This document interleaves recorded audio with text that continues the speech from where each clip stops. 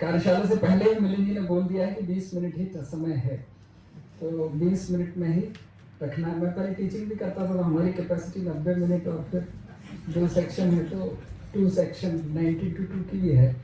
Capacity के काफी लोग बैठे हैं। I'll try to just touch upon the basic points. अगर later on उस पे और research point of view से बात करनी है, so we have a lot of material which we can dwell upon and we can talk much deeper into those concepts. For this 20 minutes we will point out on 6 points. So माझी मराठी ते चांगली ना आहे, पण मी हिंदी मध्ये बोलूँ, तो चलेगा हिंदी में। तो सबसे पहला है कि जनजाति समाज का प्रकृति के संदर्भ में दर्शन, the philosophical context of tribal community in relation to the nature. दूसरा है कि tribal communities में what is the गोत्र व्यवस्था, the totemic system in tribal community, which are basically extension of nature and how they are deeply rooted with the nature. So गोत्र व्यवस्था. And third is the community decision making capacity of tribal community. Why we say they believe in community based decision making. Fourth is this, जिसको हम बोल सकते हैं कि दोहन नहीं सहवास, exploitation नहीं, coexistence towards the nature. ये कैसे ट्राइबल में इसका वो है। और समुदाय केंद्रित जीवन बनाम व्यक्ति केंद्रित जीवन। और अंत में बोल सकते हैं, दो I am also part of that system, कि सिस्टम का वेस्ट सेंट्रिक मॉडल बनाम इंडियन सेंट्रिक मॉडल क्यों जरूरी है। सो मेरे गुरु गिरीश जी रहे हैं इस विषय में।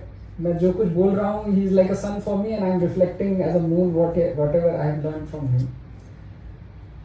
क्योंकि जब मैं उनसे मिला तो मैं ज्यादा अर्बन था and he was more tribal, so being from a tribal community, so that we had sometime arguments. तो मुझे लगता था कि I am pushing the urban narrative whereas he is bringing me back to the tribal narrative, and overall this year I have learned to reflect my community this thing.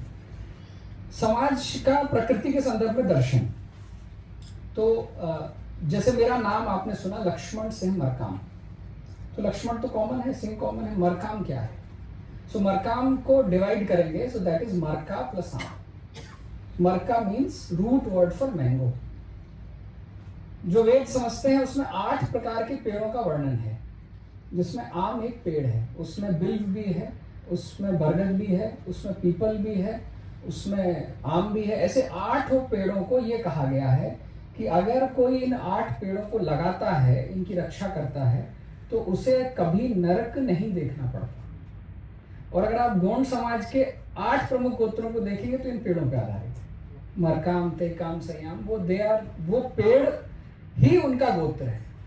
तो मेरा काम यह है कि मैं अपने जीवन में आम के पेड़ अधिक से अधिक लगाऊं, उसकी स्पीसीज को प्रोटेक्ट करूं, जहां संभव है उसके ट्रेड में, उसके कंजर्वेशन में कहूं। और हम जानते हैं कि because we had a very long history, so हमारे यहाँ पे आम्र का रूट वर्ड तो आम्र से है, आ से है। But world over, we were the first exporter of mango. That was written somewhere in the Machilipatnam port. इसलिए दुनिया में मैंगो का रूट वर्ड वही है जो हमारे नाम का है। So in entire world, the root word for M, like Marka, is M, is originated from our roots. इसलिए आप जाएंगे कि mango is root word is M, and you go to Italy or anywhere, they will call it as a Marco, Marca, and therefore कि इतना पुराना word उसके साथ वो है। पूरे गोत्र लगभग 750 गोत्र जो हैं वो क्या तो पेड़ पर आधारित हैं, या पक्षियों पर आधारित हैं, या किसी ऐसी चीज पर आधारित हैं जो कि प्रकृति से ही जिसका नाम लिया है। अब लोग बोलेंगे कि साहब ये कोई नई बात थोड़ी है, तो पहचान के लिए कुछ कर लिया। लेकिन अगर हम और पीछे जाएं तो मेरे मध्य प्रदेश में जितने ब्राह्मण समाज रहते हैं वो भले 3, 13, 53 के गोत्रों में हैं, लेकिन आज भी जब शादी के लिए गोत्र मिलान करते हैं तो उनका भी टोटमी गोत्र एक है। यहाँ पर लोग नहीं रखते होंगे, लेकिन आज भी वहां पर भी जो ब्राह्मण है, कोई उर्मलिया लिखता है, कोई बिलोटिया लिखता है, कोई कुछ लिखता है, तो अपार्ट फ्रॉम हैविंग देयर वैदिक गोत्र, त्रिवेदी, चतुर्वेदी और एनी अदर गोत्र, they also had this kind of गोत्र। और आज भी वो उन गोत्रों को मिलाकर अपनी वैवाहिक व्यवस्था करते हैं। कहने का तात्पर्य यह है कि ये केवल जनजातियों में नहीं था, भारत की सभी, साउथ में आप जाएंगे तो वहां पर ब्राह्मणों के गोत्र में पप्पू आता है, Pappu means dal, millets, and you will find all Brahmins have a certain surname which is either part of a totem, whether it's a tree or anything. So ये केवल जनजातियों का नहीं है, जनजाति tribals were able to conserve this kind of knowledge and they have not changed their totemic व्यवस्था into which we migrated laterwards. हमने पहली इस व्यवस्था से माइग्रेट किया तो हमने पहले लिया स्थान का नाम, जैसे आगरकर, पुणेकर, तो then we identified ourselves as known from a village. उसके बाद जब हम और आगे गए, जब हमने देखा कि और डिफिकल्ट है, तो फिर then we migrated into something कि एक गुरु का नाम ले लिया, कश्यप, ये तो, और and we started forgetting our roots. अगर आप किसी से आज पूछे, I know my history from 1630. I know every ancestor who migrated. We migrated from Durg. So the first primal man जिनसे हमारी 1630 से ancestry है, उनसे हम root कर सकते हैं. So we know our ancestral history and 700 में they originated from banks of Godavari. So because of our Gotra system, we can also identify कि from where we had stoppage. Because her stop पे हमारा एक देवता कम होता गया. So जैसे मैं मरकाम हूँ, मेरे 7 मतलब गोंड्स में 7 मूल डेटीज हैं, हर एक गोत्र के 7 देवता हैं मैक्सिमम, लेकिन मेरे देवता 3 बचे हैं. सो दैट प्रूफ कि ये जो 4 देवता कम हुए हैं वो बिकॉज ऑफ माइग्रेशन कम हुए. जब वहां का एक समुदाय ने बोला कि हम नहीं आगे जाएंगे, आप आगे जाएंगे, तो आपने वहां पर कुछ देवताओं को छोड़ दिया and you migrated from a root. अगर मैं बालाघाट से आऊंगा तो वहां पर जो मरकाम होंगे वो 6 देव के होंगे, लेकिन मैं छत्तीसगढ़ से आऊंगा तो वहां पर जो देवता होंगे वो. तो दिस आर वेरी साइंटिफिक. अभी जो बात चल रही है जेनोमेटिक गट्स की, मैरिज की, और ये सारी चीजें हो रही हैं, उसकी एक ही बात बोली जा रही है, either you talk about sickle cell और एनीथिंग, सब में ये बात बोली जा रही है कि जिसको अगर ये पता है कि कैसे मैरिज अलायंस में जितना ज्यादा डाइवर्स जेनेटिक पूल होगा, your next generation will be that much enrich. And the more you close in with a close community based marriages, you will lose the genetic diversity. So the first point, 2 point गोत्र व्यवस्था और प्रकृति का, and ये etymology है. मैं JNU में कई बार लेक्चर देने जाता हूँ. सो हमने हर एक गोत्र की, हर एक वर्ड की एक इटिमोलॉजिकल उसको ट्रेस किया है, एंड ये आपको बताएगा कि कितनी इनरिच ट्राइबल लैंग्वेजेस है कि जिन्होंने चांद और सूर्य को भी डिफाइन किया है. This is one part. Third जो मैं बात कहना चाहता हूँ वो है दर्शन के 4 कॉन्सेप्ट हैं. मैं ज्यादा समय नहीं लूंगा, लेकिन वो इंपॉर्टेंट है पहले समझना. ट्राइबल समाज में, गौंड समाज में हमारी खुद की एक दैवीय व्यवस्था है, एक पूरी वेल डिफाइंड व्यवस्था है, इसलिए हम इन चीजों को कनेक्ट कर पाते हैं. तो बहुत सारे सिद्धांत आते हैं. तो जो गौंड समाज का सबसे बड़ा सिद्धांत है वो कहता है कि मतलब that is in Gondi language कि सगा, कि इस पृथ्वी पे सारे जो लोग हैं सगा हैं. सगा का मतलब जैसे अभी के टर्म्स में ये हमारा सगा संबंधी है, मतलब ये अपना है, ये पराया है. So they term anybody in the earth is saga. अब उसको लोग नैरो कॉन्सेप्ट बोलते हैं, बट इसका जब हमने वेस्टर्न फिलोसफी, इंडियन फिलोसफी में देखा, so we call it as everything is connected either directly और indirectly. So this is the saga samaj. जो सगा, that a tribal believe that everything is connected. That is why he fears in damaging anything which is in nature. उसको लगता है कि मैं इसका नुकसान करूंगा तो ये मुझसे जुड़ी हुई है तो मेरा भी कार्मिक व्यवस्था में नुकसान होगा. So first law of tribal philosophy is everything is connected. सारा समाज सगा समाज. और इसको हम दर्शन में बोले तो अद्वैत की बात है. आचार्य शंकर ने अद्वैत का सिद्धांत दिया कि अद्वैत है, पुरुष और परमेश्वर एक है. तो जब वहां पे भी यही बात है. Second law is everything must go somewhere. It is the law of energy, कि कुछ भी चीज, मैटर इज इनडिस्ट्रक्टिबल, मैटर खत्म नहीं होता, हर चीज कहीं ना कहीं जाएगी. तो मैं बड़ा एग्जांपल देता हूँ कि हम पॉलिसी बनाई कि साहब हाँ बैटरी वाली कार लगानी चाहिए, तो क्या होगा, तो डीजल पेट्रोल से पॉल्यूशन होता है, बैटरी से पॉल्यूशन नहीं होगा. 90% हमारी इलेक्ट्रिसिटी कोल से बनती है, तो हम बैटरी वाली कार के लिए कोयला ही जला रहे हैं. हमको लग रहा है कि साहब हमने तो ग्रीन इकोनॉमी की बात कर ली, but we don't have that capacity. To generate electricity through greener means. हम वही कोल जला के ही कर रहे हैं। टेस्ला कार का एक बड़ा अच्छा एग्जांपल था कि एक व्यक्ति पीछे टेस्ला में डीजल जनसेट बांध के जा रहा था। Tesla is a fully battery वाला। थर्ड लॉ है जिसको law two can be consider as law of karma, कि कुछ जाता नहीं, आप कुछ भी बुरा करो वो वापस आएगा। थर्ड लॉ है जिसको लॉ ऑफ थर्मोडायनेमिक्स बोल सकते हैं कि there is no such thing as a free lunch. हमको लगता है ना मुफ्त में, तो किसी भी आदिवासी को देखिए आप, भीलों की एक बड़ी परंपरा है। मेरे पिताजी मेघनगर पोस्टेड रहे, तो वहां पे भीलन लूटी गोपियां, वही अर्जुन वही बाण। तो अगर कुछ लोग जाते थे वो कहते थे हम हमारे क्षेत्र से जा रहे हो तो हम आपको लूटेंगे, तो लूटते थे। लेकिन केवल लूटते नहीं थे, पहले उसकी पिटाई करते थे। तो उससे पूछा कि भाई ठीक है तुम्हें पैसे चाहिए, लूट रहे हो, तुम अपनी एरिया डोमिनेंस बताना चाहते हो, बट मार क्यों रहे हो? तो बोले हम मुफ्त में कुछ नहीं लेते, हमको फ्री में कुछ नहीं चाहिए। तो पहले हम मेहनत करेंगे, आपको पीटेंगे, उसके बाद आपसे कुछ लेंगे। हमने मेहनत की, हमने मुफ्त का नहीं लिया। तो nothing comes as a free lunch. तो आपको जो कुछ फ्री बोल के दिया जा रहा है वो कुछ भी फ्री नहीं है, यू हैव टू पे। एंड जो चीज आपको फ्री बोल के जा रही है उसका बड़ा प्राइस आप पे कर रहे हैं। मैं कई बार एग्जांपल देता हूं, तो मुफ्त का जो डेटा आपको मिल रहा है ना, डेटा, उसके कारण आपने अपनी पर्सनल वर्क लाइफ को खत्म कर लिया है। Now you have very less time. तो कई लोग ट्राइबल एरिया में जाते हैं जहाँ पे there is no data, so at least they can reboot themselves. So nothing comes as a free lunch. Fourth law है नेचर नोज बेस्ट।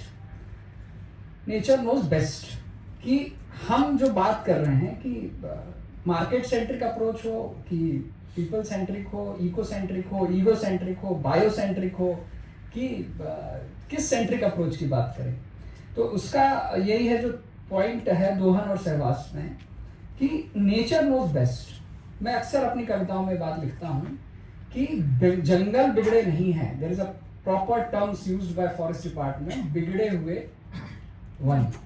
किसने जंगल को बिगाड़ा? जंगल खुद बिगड़ा क्या?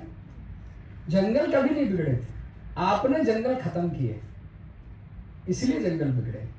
पॉल्यूशन की बात होती तो लोग बोलते हैं हम रिवर क्लीन करेंगे, आप क्लीन नहीं करेंगे, आप पॉल्यूट करना बंद कर दीजिए, रिवर अपने आप क्लीन हो जाएगी। सो डार्विन का जो सिद्धांत है ना, सर्वाइवल ऑफ फिटेस्ट, उसका यही कॉन्सेप्ट है कि नेचर खुद को पॉल्यूट नहीं कर रहा है। There is a tantra siddhanta, everything in this world is amrit, सब कुछ अमृत है, कुछ भी नहीं है। हम वो हैं जो उसको विषैला करते हैं और फिर हम कहते हैं कि साहब हम इसको ठीक करेंगे। नर्मदा में सीवेज ट्रीटमेंट प्लांट इतने सालों से लगाने की बात हो रही है, नहीं है, हम वही नाला उसमें डालते हैं और उसी का आचमन कर लेते हैं, फिर हम कहते हैं कि साहब रिवर गंदी है। सो ये these are 4 laws which primarily God specifically believe, ये उनकी फिलोसफिकल आइडेंटिटी है, इसीलिए वो नेचर के प्रति इतने सेंसिटिव हैं। हम अगर इन लॉस को समझ लेंगे तो हमको समझ में आए कि हम क्यों इनके लिए सेंट्रिक हैं। मैंने वॉच नहीं पहनी है, तो हाँ,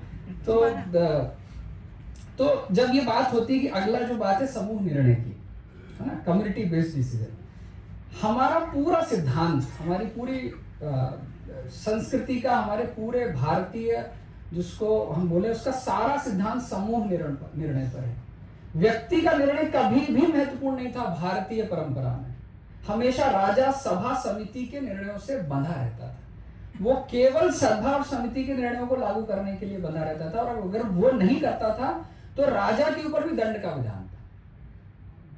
सो collective decision making was in our DNA. But जब वेस्ट आया उसने कहा साहब liberation, individual is important, community is not important, इसलिए इंडिविजुअल राइट्स की बात की गई। तो अभी जो मुझे मिली जी ने बोला था, इस बात पे भी हम कनेक्ट करें कि वनाधिकार में आईएफआर इंपॉर्टेंट है कि सीएफआर इंपॉर्टेंट है, इंडिविजुअल फॉरेस्ट राइट इंपॉर्टेंट है कि कम्युनिटी फॉरेस्ट राइट इंपॉर्टेंट है। तो हमने इंडिविजुअल दे दिया साहब, वो झगड़े, मेरा 3 एकड़ मेरा 4 एकड़, लेकिन समाज में कभी भी वन जो है वो इंडिविजुअल प्रॉपर्टी नहीं था, वो हमेशा से ही समुदाय की प्रॉपर्टी था, इसलिए वो अरण्य था। अरण्य मतलब जिसपे कोई युद्ध नहीं होते थे क्योंकि वो सबकी प्रॉपर्टी थी, इसलिए वो अगम्य थे क्योंकि वो सबकी प्रॉपर्टी थी, इसलिए कोई उसको लूटने नहीं जाता था, इसीलिए वो वन थे, इसीलिए वो वन थे। तो ये जो व्यवस्था है, इसमें जो इस थीम है, हमने सेम थीम पे भोपाल में भी एक वर्कशॉप की थी जिसमें हमने कहा था कि आज सारी दुनिया जो है ईगो सेंट्रिक हो गई, मेल ईगो सेंट्रिक हो गई कि इंसान को विकसित करना है, जानवर को नहीं, पर्यावरण। ईगो सेंट्रिक, मेल ईगो है कि मुझे विकसित होना है, इसलिए ऑल इकोनॉमी सब कुछ जो होगी वो मेल ईगो को सेटिस्फाई करने के लिए ईगो सेंट्रिक व्यवस्था है। हम चाहते हैं कि जो हमारा मॉडल है इको सेंट्रिक, कि नेचर सेंट्रिक हो, या इसको हम बायोसेंट्रिक भी बोलते हैं, कि जिसमें मानव को किसी दूसरी स्पीसीज से प्रायोरिटी में ऊपर नहीं रखना है, उसको रखना है कि वो भी जस्ट एक उसका पार्ट है। या हेटेरोसेंट्रिक हो गया है कि सब कुछ इंसान के इर्द गिर्द हो। तो हम एक तरफ तो बात करते हैं कि साहब पलायन रोको, मनरेगा दो, और हम कह रहे हैं कि जंगल से आपको हटा दो और जंगल में आप नुकसान करते हैं। मेरी बड़ी कविता है, मैं उस पर ज्यादा नहीं कहूंगा, लेकिन उसकी 3 लाइन मैंने बहुत लिखी। वो उस कविता का शीर्षक है कि जंगल अंग्रेजों के। तो ये कहता है कि पेड़ अपने कटने का विरोध नहीं करते, समाज करता है। पेड़ अपने कटने का विरोध नहीं करते हैं, समाज करता है। लेकिन तंत्र को तो पेड़ लगाने की जल्दी है, तंत्र को पेड़ लगाने की बड़ी जल्दी है। समाज पेड़ लगाकर भूलता नहीं है, उसे जीवित रखता है, उसे सींचता भी है, उसे जीवित रखता है, उसे सींचता भी है। शिकारी, अधिकारी, व्यापारी, इसमें कोई अफेंड ना हो, मैं भी अधिकारी हूं। शिकारी, व्यापारी, अधिकारी बोले कि जंगल को बचाना होगा। शिकारी, व्यापारी, अधिकारी बोले कि जंगल को बचाना होगा, राजस्व के लिए सागौन लगाना होगा। राजस्व के लिए सागौन तो लगाना होगा, राजस्व के लिए सागौन तो लगाना होगा। पर्यटन के लिए बाघ को भी लाना होगा, पर्यटन के लिए बाघ को भी लाना होगा। सामंतियों के लिए कोर एरिया में रिजॉर्ट भी बनाना होगा। सामंतियों के लिए I can give you list resorts which are there in core area because they have a loop hole कि it is made before this date, so they will be allowed. सामंतियों के लिए कोर एरिया में resort भी बनाना होगा। लेकिन सदियों से जो जंगलों में रह रहे हैं, अभ्यारण्य बचाने के लिए उनको जंगल से बाहर लाना होगा। सदियों से जो जंगलों में रह रहे हैं, अभ्यारण्य बचाने के लिए उनको जंगल से बाहर जाना होगा। किसी ने विरोध में कोई आवाज नहीं उठाई, किसी ने विरोध में कोई आवाज नहीं उठाई, क्योंकि आदेश तो अंग्रेजी में था, क्योंकि आदेश तो अंग्रेजी में था। इसलिए साहब जंगल अंग्रेजों का है, हमारा नहीं, समाज का नहीं। जंगल माइंडसेट का है, उस विदेशी माइंडसेट का है कि साहब वो कंजर्वेटर जर्मनी का आया था, उसने बताया कि ये करना है, वो हम करना है। कंजर्वेटरी अप्रोच है कि हमको ब्रिटिश कॉलोनियल व्यवस्था को कंजर्वेशन करना था। That is why we had the first Indian forest act और सारी चीजें। हमको कंजर्व करना था कि विद्रोह ना हो, हमको कंजर्व करना था कि डाक तार के तारों के लिए सीधे पेड़ मिल जाएं, हमें रेलवे ट्रैक बिछाने थे। इसलिए देश में 18,000 वनग्राम बनाए गए, वहां पे बंधुआ मजदूरों को लाया गया। आज भी उन मजदूरों को जमीन के अधिकार देने से पहले हम सोचते हैं कि साहब इनको तो रेवेन्यू का अधिकार है, दूसरा वाला कैसे देंगे, है ना। तो मैं कंक्लूड करता हूं इसी बात पर कि मेरी एक कविता है, वो मौन पर है कि दोषी कौन। तो उसको भी बोलना, क्योंकि उसका एक कॉन्टेक्स्ट बहुत डीप नरेटेड कॉन्सेप्ट, बट मैं 2 शब्दों में 2 मिनट में शब्द करता हूं कि इस भाव में, इस हॉल से बाहर या जो भी लोग बैठे हैं, 2 तरह के मौन हैं। और वो उनका मौन 2 तरह का। एक मौन उन आदिवासियों का मौन है जो इस व्यवस्था से भरोसा खो चुके हैं और उन्होंने ये सोच लिया है कि इनको बोलने से कोई फायदा नहीं, एक उनका मौन है। और एक दूसरा मौन उन लोगों का है जो देख रहे हैं कि गलत हो रहा है, लेकिन वो अपने पीस ऑफ माइंड को डिस्टर्ब नहीं करना चाहते, इसलिए सोचते हैं साहब कौन उंगली उठाए, इसलिए एक उसका मौन है। तो इस मौन का दोषी कौन है ये हमें तय करना होगा। तो जंगल जो है वो केवल 2 तरह के लोग बनाता है, या विद्रोही पैदा करता है या सन्यासी पैदा करता है। तो आपको निर्णय लेना है कि आप आदिवासियों को सन्यास की तरफ ले जा रहे हैं कि विद्रोह की तरफ ले जा रहे हैं। तो ये मौन जो है ना, ये मौन हमारी व्यवस्था का सबसे बड़ा दुश्मन है, क्योंकि जब तक आप लोग इस व्यवस्था को नहीं चैलेंज करेंगे, गलत प्रैक्टिसेस को नहीं बोलेंगे, वेस्टर्न बेस्ड मॉडल के ऊपर चर्चा नहीं करेंगे, ये चलता रहेगा and a day will come when you say कि we are too late to go back. पृथ्वी 5 बार पूरी दुनिया पे समूल नाश देख चुकी है. We had 5 complete extension of species.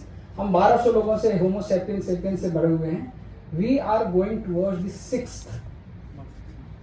sixth mark distinction, and the nature says कि next distinction will come by only one bacteria जिसे human will not be able to fight, or virus or bacteria and things. But still one species will survive, that is the tribal community, because they can live without electricity, your so-called packaged food or anything. So they will survive, and you will see because of their coexistent thought with the nature, they will be only able to survive like the people survived in Andaman tsunami. So with this मेरी बातों को आपने सोचा बहुत seed form में है. We need to elaborate on each and every topic. I hope if people from academic side they have any time, they can visit Madhya Pradesh and they can invite me so that we can discuss much deeper into each concept. Thank you so much.